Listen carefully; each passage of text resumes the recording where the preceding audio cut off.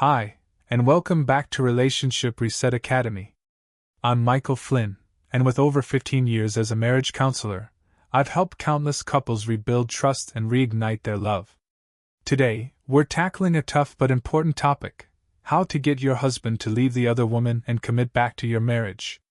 If you're feeling lost or unsure about how to handle this delicate situation, you're not alone.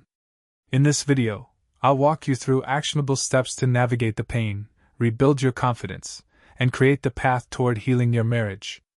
And be sure to stick around until the end because I'll share a key strategy that has helped many of my clients turn their marriages around, no matter how hopeless it might seem right now. If you're ready to take control of your relationship and make lasting changes, hit that subscribe button and turn on notifications. At Relationship Reset Academy, we're here to help you restore the love and connection you deserve. Now, let's get started. Okay, first things first.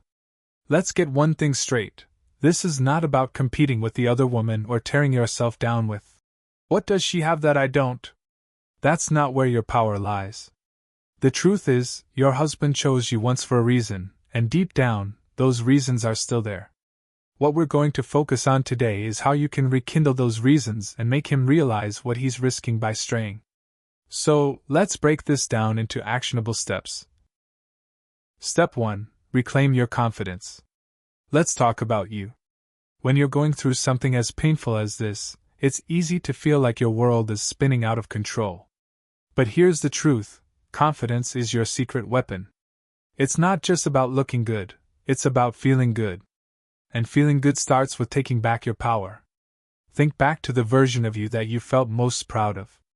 Maybe it was a time when you were crushing it at work, killing it at the gym, or even just laughing with friends, feeling completely at ease. That version of you is still there. It's just waiting for you to bring her back out. Start small. Take 10 minutes every morning for yourself. Whether it's meditation, journaling, or even dancing around to your favorite playlist, use that time to set the tone for your day. Then, look in the mirror and remind yourself, "I am enough, just as I am." Now let's talk about the outside. When's the last time you wore something that made you feel amazing? Go ahead, pull out that outfit you've been saving for a special occasion.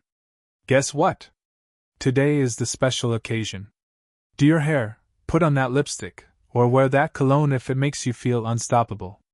The goal isn't to impress him or anyone else, it's to remind yourself of your worth. Confidence isn't just about how you look, it's about how you carry yourself. When you walk into a room, do you feel like you belong or do you shrink? Starting today, practice standing tall. Shoulders back, chin up. When your energy shifts, trust me, people notice. And yes, that includes your husband. If you're feeling stuck or unsure about where to begin this transformation, I've got you covered. Visit romancedictionary.com/marriage for powerful strategies and tips that'll help you reconnect with the best version of yourself. Sometimes, a fresh perspective is all it takes to feel inspired again. The link is in the pop-up here and in the description below. Step 2. Resist the blame game. It's tempting to point fingers, right? To say, "This is all his fault," or "she's the one who ruined my marriage." But here's the deal: blaming doesn't fix anything. In fact, it often makes things worse. It puts you in a negative loop where the focus is on what went wrong instead of what you can do to make things better. Let me be clear: this doesn't mean you excuse bad behavior. What your husband did hurt you, and that hurt is valid.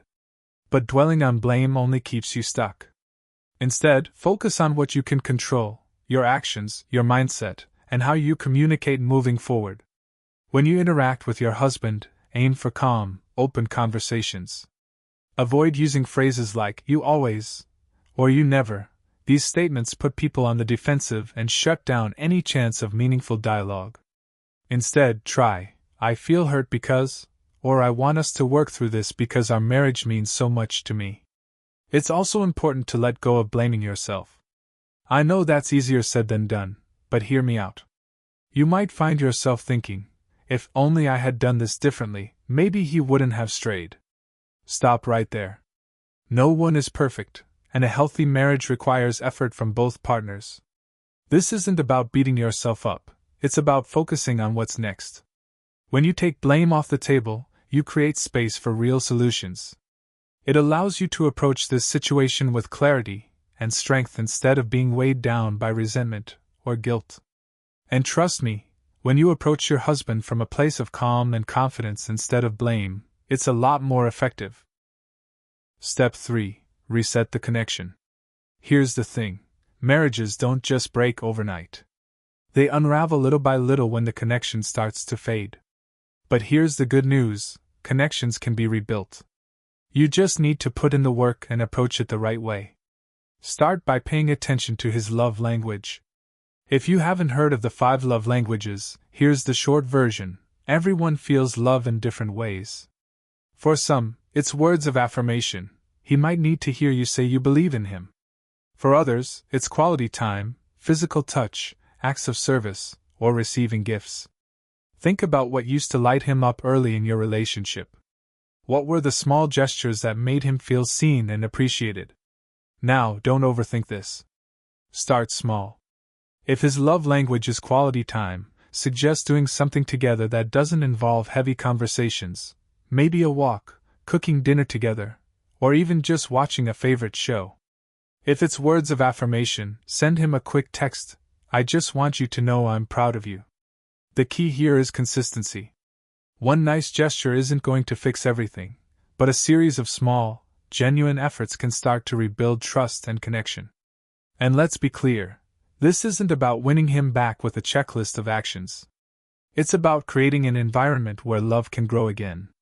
If you're unsure how to identify his love language or where to begin, don't worry, I've got something that can help.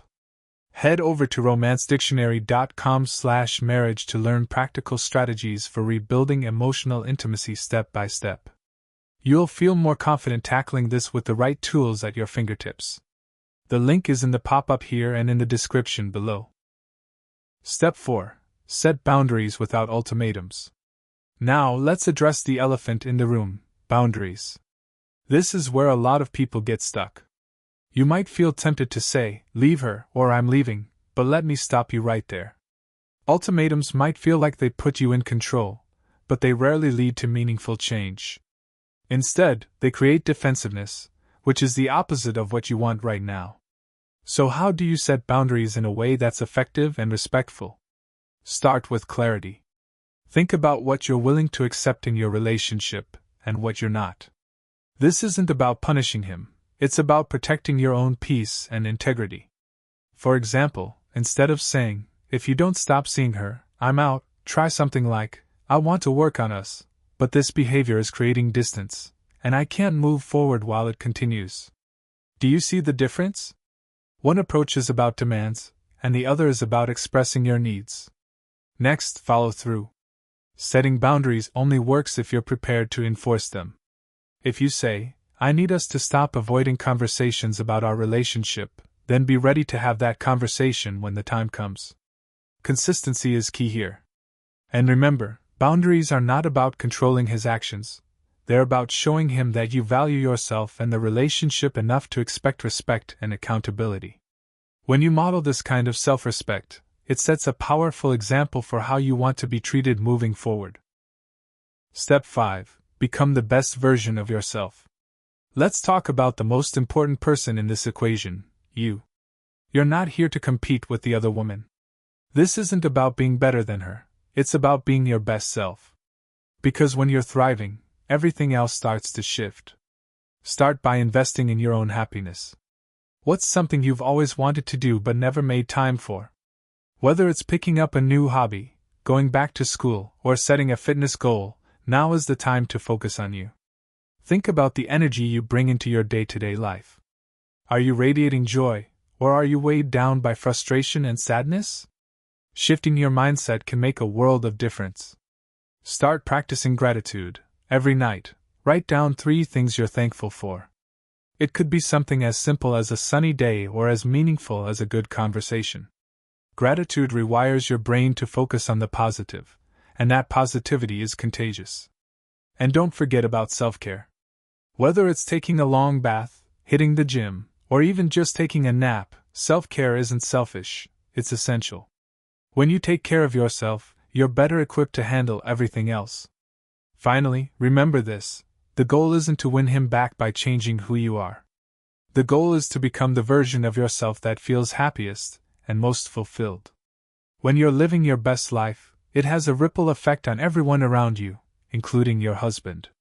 Need some inspiration to get started? Check out romancedictionary.com/marriage for ideas and tools that can help you step into your power and take charge of your happiness.